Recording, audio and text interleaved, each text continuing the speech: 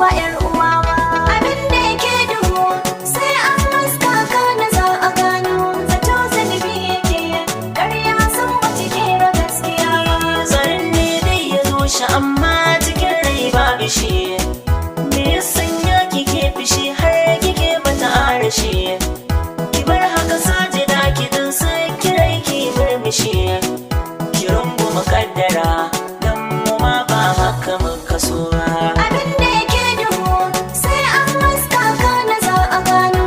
Zato zunubi yake ƙarya san ba cikin gaskiya ba.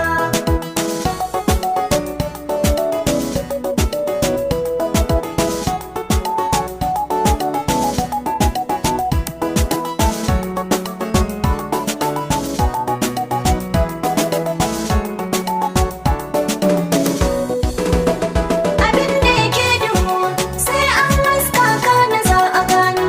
Zato zunubi yake ƙarya san ba cikin gaskiya ba.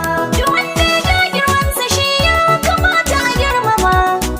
Amma da kike ta soke aura kike wata takama. Kuma ta gidan kwaɗe a gare shi ki karɓi rangama.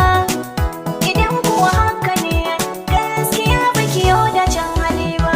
Abin da yake duhu sai an haska kana za a gano.